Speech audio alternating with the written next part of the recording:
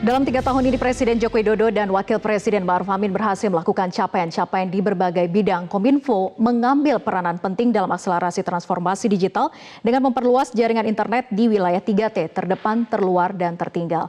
Konektivitas nasional dan transformasi digital membutuhkan pembangunan infrastruktur digital secara komprehensif di seluruh wilayah Indonesia. Lalu pertanyaannya, Pak Joni, bagaimana perkembangan percepatannya hingga saat ini? Baik, Vera. Hari ini memang ulang tahun ke-8 ya, Pak Joko Widodo sebagai Presiden dan tahun ketiga Kabinet Indonesia Maju. Dari 5 program prioritas Kabinet Indonesia Maju yang disampaikan Pak Joko Widodo sama Kiai Ma'ruf Amin, salah satunya ya atau yang pertama adalah pembangunan infrastruktur akan terus dilanjutkan. Nah, infrastruktur dalam hal ini terdiri dari 2 bagian, yaitu infrastruktur fisik dalam bentuk pembangunan waduk, jalan, jembatan, bandara, jalan tol, ya, pembangunan rumah sakit, posyandu, sekolah-sekolah, juga pembangunan infrastruktur digital dalam rangka akselerasi transformasi digital nasional kita. Nah, 5 prioritas pembangunan ini, Vera, ya, pada saat awalnya disiapkan dengan semangat yang begitu tinggi. Namun, tahun 2020 atau 3 tahun terakhir kita ini, kita dihadapkan pada pandemi COVID-19 yang berdampak luas di seluruh dunia, termasuk Indonesia. Nah, hebatnya atau syukur bagi Indonesia bahwa di saat yang sulit itu, Pak Presiden itu dengan kebijakan yang jelas melakukan penyesuaian, adaptasi kebijakan, melakukan perubahan arah kebijakan dengan tetap fokus kepada 5 program prioritasnya, termasuk pembangunan infrastruktur fisik dan infrastruktur digital. Seperti tadi yang disampaikan oleh Anggi, infrastruktur digital itu terdiri dari 2 bagian.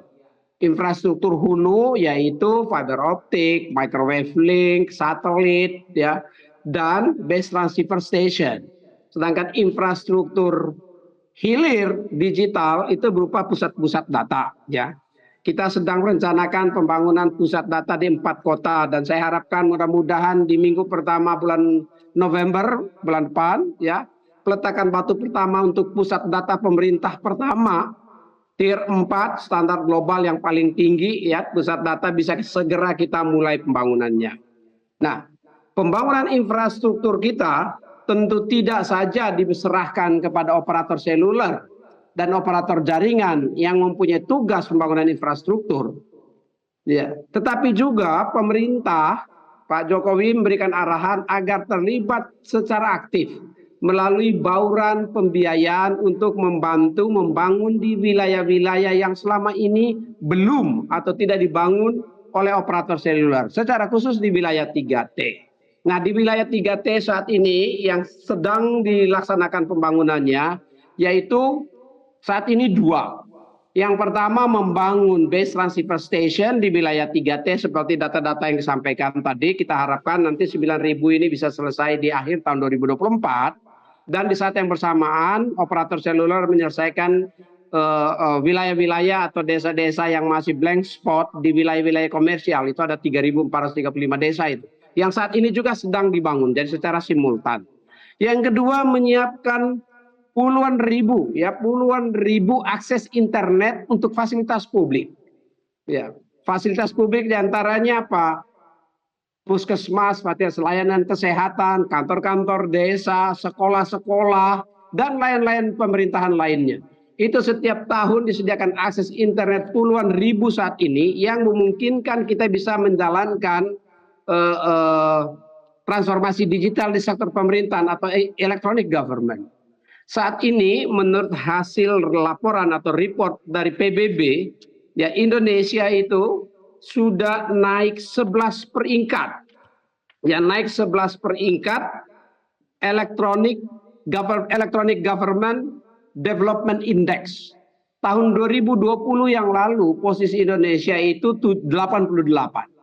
tahun 2022 Electronic Government Indonesia itu berada di urutan 77 dan dikategorikan sebagai High e-Gov Development Index oleh PBB. Hal ini bisa dicapai karena apa? Performa indeks pelayanan online kita makin baik. Indeks infrastruktur telekomunikasi yang tadi disebutkan itu juga makin baik. Dan peningkatan sumber daya manusia, dalam hal ini sumber daya manusia digital, ya.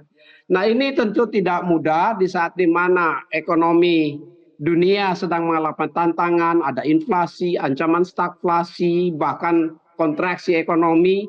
Nah, kita tetap melakukan bauran pembiayaan untuk memastikan penggelaran infrastruktur digital hulu dan infrastruktur digital hilir, ya seperti yang saya sebutkan. Ada banyak program-program lanjutannya yang dilaksanakan dalam rangka menerjemahkan pesan Presiden, yaitu apa tadi? Pembangunan infrastruktur hulu dan hilir harus diimbangi dengan pemanfaatan di sektor hilir. Pemanfaatan di sektor hilir ini harus dilakukan melalui apa? Peningkatan juga sumber daya manusia digital atau digital talent. Kominfo sendiri melaksanakan berbagai program yang melibatkan pelatihan digital untuk rakyat, ya. Yang tingkat dasar misalnya, udah lebih dari 12,5 juta rakyat yang dilatih dengan pembiayaan APBN dan diikuti secara gratis oleh rakyat, ya, untuk dasar-dasar keterampilan digital, ya, atau basic digital skills. Program-programnya diantaranya berkaitan dengan etika berdigital, kemampuan digital, keamanan digital, budaya digital. Harapan saya tentunya pada saat masuk ke pemilu ini jangan ada lagi hoax-hoax itulah atau dikurangi, ya. Dan yang di tingkat menengah, pelibatan generasi muda kita untuk mengambil program-program yang Bapak Presiden sebutkan tadi. Dalam 15 tahun kita butuhkan 9 juta tenaga terampil digital tingkat menengah. Itu berarti sekitar 600.000 tenaga terampil tingkat menengah setiap tahun.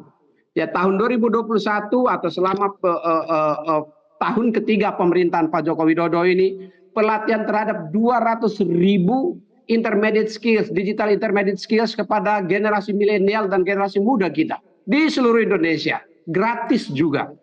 Dan pelatihan-pelatihan bagi policy makers, ya, untuk advance digital skills. Jadi sumber daya manusia melalui vocational training itu diberikan oleh Kominfo di samping yang membangun infrastruktur hulu dan hilir, juga penyiapan sumber daya manusia agar ruang digital kita, apakah itu e-commerce atau edutech, fintech, ya, health tech, bisa kita manfaatkan dan kita gunakan dengan kemampuan di dalam negeri. Karena prinsip dasar dari digitalisasi adalah apa? Benefit for all.